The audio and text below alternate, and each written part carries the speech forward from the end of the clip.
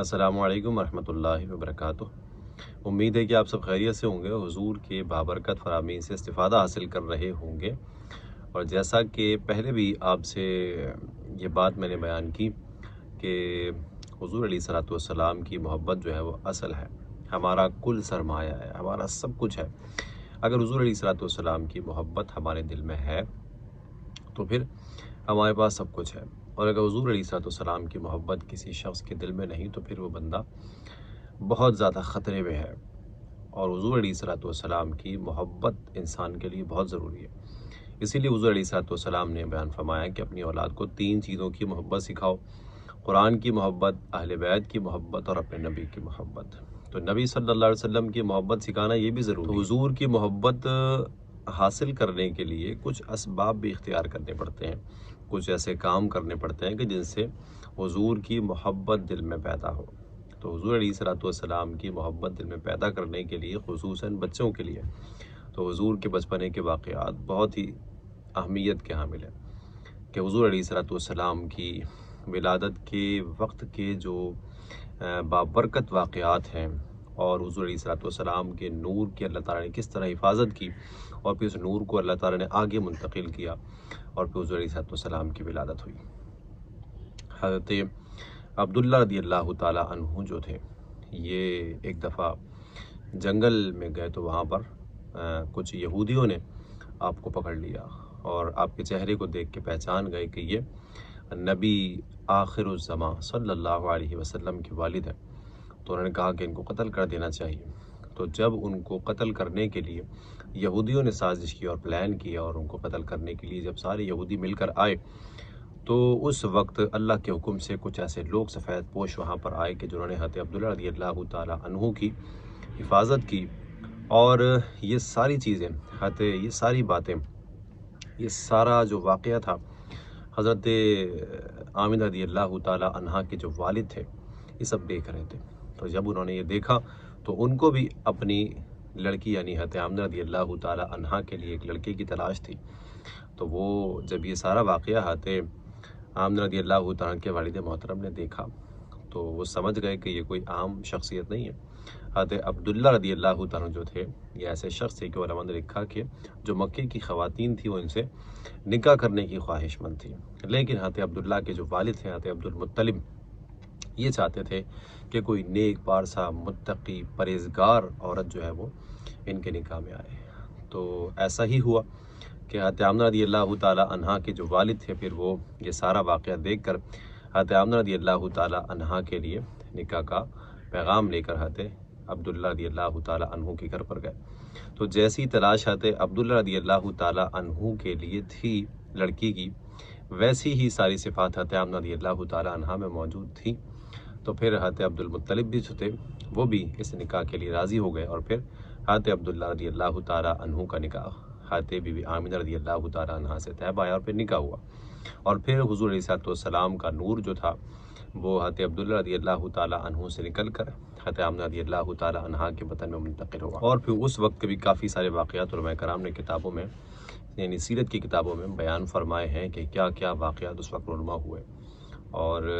بہت ہی بابرکت حضور علیہ الصلوۃ والسلام کی ولادت کے واقعات ہیں۔ جب حضور علیہ الصلوۃ والسلام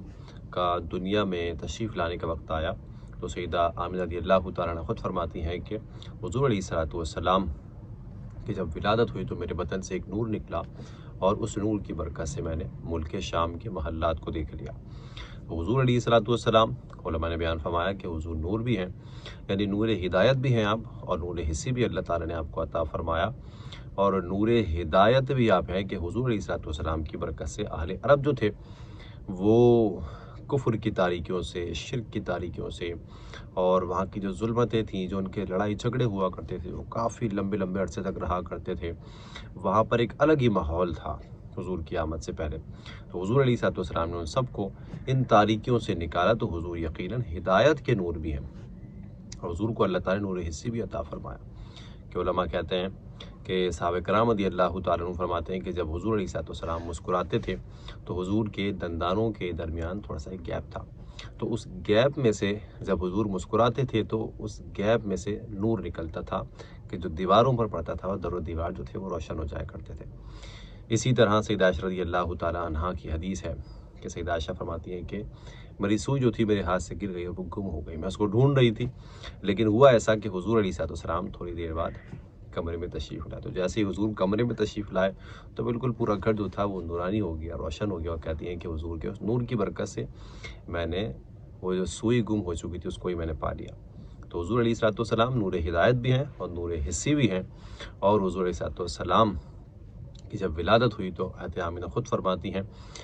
کہ میرے بطن سے ایک نور نکلا کہ جس کی برکت سے میں نے ملک شام کے محلات کو دیکھ لیا۔ تو آپ دیکھیں کہ نور کیا ہوتا ہے کہ جو خود روشن ہوتا ہے چیزوں کو بھی روشن کر دیتا ہے، چیزوں کو ہی ممتاز کر دیتا ہے۔ تو حضور علیہ السلام نور ہے،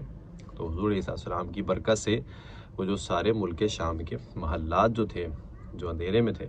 تو جب حضور کی ولادت ہوئی تو سیدہ آمنہ رضی اللہ تعالیٰ عنہا نے ان محلات کو بھی دیکھ لیا۔ اور آپ فرماتی ہیں کہ جب حضور کی ولادت ہوئی تو ایک بادل آیا، اس بادل میں سے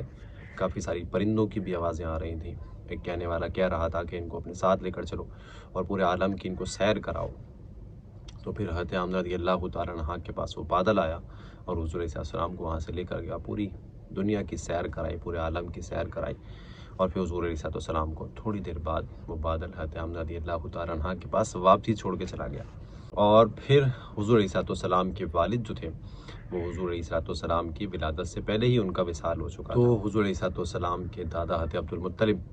کو بلایا گیا اور پھر حضرت عبد المطلب نے حضور علیہ السلام کو سینے سے لگایا،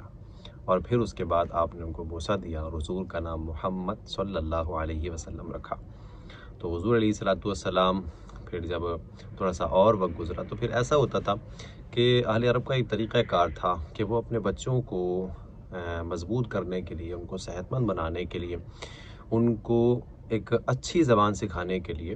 وہ گاؤں میں بھیج دیا کرتے تھے، کہ وہاں جب بچوں کی پیدائش کا موسم ہوتا تھا تو پھر گاؤں سے دائیاں آتی تھیں اور وہ دائیاں بچوں کو لے کے چلی جاتی تھیں اور پھر وہاں 2 سال تک ان کو دودھ پلاتی تھیں، ان کی دیکھ ریکھ کرتی تھیں، ایک اچھی زبان وہ لوگ وہاں سیکھتے تھے، وہاں کی چیزیں نیچرل ہوتی تھیں، قدرتی چیزیں ہوتی تھیں ساری، تو ان سب کو کھاتے تھے، مضبوط ہو جاتے تھے، ان کے اعضاء مضبوط ہو جاتے تھے، ان کی زبان اچھی ہو جاتی تھی۔ تو ایسا ہی ہوتا تھا۔ تو ایک دفعہ ایسا ہوا کہ جب حضور علیہ السلام کی ولادت ہوئی تو حضرت دائی حلیمہ رضی اللہ تعالیٰ عنہا اپنا پورا واقعہ بیان فرماتی ہیں۔ جب یہ باتیں اپنے بچوں کو آپ بتائیں گے نا، حضور علیہ السلام کی ولادت کے مبارک واقعات، تو یقیناً بچوں کے دل میں حضور علیہ السلام کا پیار ضرور پیدا ہوگا، اور آپ حضور کی محبت بچوں کے دل میں ڈالنے میں یقیناً کامیاب ہو جائیں گے۔ کہتے دائی حلیمہ کہتے ہیں جب وہ مکے میں آ رہی تھی بچوں کو لینے کے لیے، تو کہتی ہیں ان کا جو خچر تھا نا وہ بڑا کمزور تھا اور وہ چل نہیں سکتا تھا، یعنی چلتا تھا بہت سلو سلو چلتا تھا، اور ان کے ساتھ اور جو دائیاں آ رہی تھیں نا ان کی اونٹنیاں بڑی تیز چلتی تھیں، اور وہ تیزی کے ساتھ ساری مکہ پہنچ گئیں، اور حضرت دائی حلیمہ رضی اللہ تعالیٰ عنہا وہ بالکل پیچھے رہ گئیں۔ تو جب وہ ساری دائیاں پہلے آ گئیں اور بچوں کو لے کے اپنے ساتھ چلی گئیں، اور حضرت دائی حلیمہ رضی اللہ تعالیٰ عنہا بالکل آخر میں آئیں، تو جب وہاں پر آئیں مکے میں تو ساری جو دائیاں تھیں وہ بچوں کو لے کے جا چکی تھی، کوئی بچہ نہیں تھا سوائے حضور علیہ السلام کے۔ تو حضرت دائی حلیمہ رضی اللہ تعالیٰ عنہا کو جب بتایا گیا کہ محمد صلی اللہ علیہ وسلم جو ہیں ان کو لے کر جانا ہے، ایک بچہ جو ہے بس وہ رہ گیا ہے، تو اور بتایا گیا کہ حضور علیہ السلام کے جو والد ہیں ان کا بھی وصال ہو چکا ہے۔ تو ہوتا ایسا تھا کہ جب دائیاں بچوں کو لینے کے لیے آتی تھیں تو ایسے بچوں کو تلاش کرتی تھیں کہ جن کے والدین دونوں حیات ہوں، کیونکہ پھر انعام بھی اچھا ملتا تھا۔ تو حضور علیہ السلام کے تو جو والد صاحب تھے ان کا پہلے انتقال ہو چکا تھا، تو حضرت دائی حلیمہ نے اپنے شوہر سے مشورہ کیا، انہوں نے کہا کہ ان کے تو والد صاحب بھی نہیں ہیں، تو میں ان کو لوں یا نہ لوں؟ تو پھر حضرت دائی حلیمہ نے کہا کہ میں ان کو لے ہی لیتی ہوں، یہاں سے خالی ہاتھ جانا یہ اچھی بات نہیں ہے۔ تو حضرت دائی حلیمہ رضی اللہ تعالیٰ عنہا نے پھر حضور علیہ السلام کو اپنے ساتھ لے لیا، اور جب آپ حضرت دائی حلیمہ حضور علیہ السلام کو لے کر اپنے خچر پہ بیٹھی تو جو بالکل سلو سلو چل رہا تھا اب وہ بالکل تیزی کے ساتھ چلنے لگا۔ یہ حضور کے وجود کی بات۔ ابھی حضور علیہ السلام بچپن کی حالت میں، پیدائش کے بعد کی حالت ہے، لیکن حضور علیہ السلام کے وجود کی برکات کا ظہور ہونا شروع ہو گیا۔ کہتے دائی حلیمہ رضی اللہ تعالیٰ عنہا جب لے کر اپنے خچر پر بیٹھی تو وہ خچر اس کے اندر ایک اچانک سے طاقت آ گئی، تیزی کے ساتھ چلنے لگا۔ جب حضرت دائی حلیمہ مکہ آ رہی تھیں تو سب سے پیچھے تھیں، لیکن جب حضور علیہ السلام کو لیا تو اب وہ جو اونٹنیاں پہلے ہی نکل چکی تھیں ان سے بھی آگے نکل گئیں۔ تو یہ حضور علیہ الصلوۃ والسلام کے وجود کی برکت تھی کہ حضرت دائی حلیمہ رضی اللہ تعالیٰ عنہ اتنا آگے نکل گئی۔ اور پھر کہتی ہیں کہ حضور علیہ الصلوۃ والسلام کی ان کے گھر میں آمد سے پہلے وہاں پہ قحط تھا، جس جگہ پر وہ حضور علیہ السلام کو لے کر گئیں،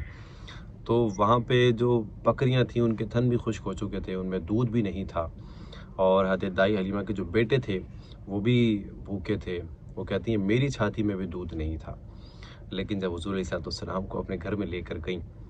تو جتنی بکریاں جو ان کے گھر میں تھیں، جن کے تھنوں میں دودھ نہیں تھا، تھن خشک ہو چکے تھے، وہ سارے حضور علیہ الصلوۃ والسلام کے وجود کی برکت سے سارے تھن جو تھے وہ دودھ سے بھر گئے۔ آپ نے اتنا دودھ نکالا کہ جو سارے برتن تھے گھر کے وہ دودھ سے بھر گئے۔ پھر آپ نے خود بھی دودھ پیا، اپنے شوہر کو ہی پلایا، اور پھر کہتی ہیں کہ میری چھاتی میں بھی پھر دودھ آ گیا، اور پھر حضور علیہ الصلوۃ والسلام کو بھی وہ دودھ پلایا اور اپنے بیٹے کو بھی انہوں نے دودھ پلایا۔ تو کافی سارے حضور علیہ الصلوۃ والسلام کے وجود کی برکات اور بھی علماء نے لکھی ہیں۔ تو جب یہ واقعات اپنی اولاد کو بتائیں گے تو یقیناً اس سے حضور کا پیار دل میں پیدا ہوگا، اور پتہ چلے گا کہ جس نبی کو ہم مانتے ہیں وہ کوئی عام شخصیت نہیں ہے، وہ کوئی عام ہستی نہیں ہے، بلکہ وہ ایسی ہستی ہیں کہ کائنات میں ان جیسی کوئی ہستی نہیں ہے۔ تو لہٰذا اور بھی کافی ساری باتیں ایسے ہی سارے حضور کے بچپن کے واقعات انشاءاللہ آپ کے سامنے بیان کرنے کی کوشش کروں گا۔ امید ہے کہ یہ باتیں آپ کو اچھی لگی ہوں گی، انہیں آپ خود بھی سنیے اور اپنے بچوں کو بھی سنائیں۔ اللہ تعالی ہم سب کے دل میں حضور کی کامل محبت پیدا فرمائے۔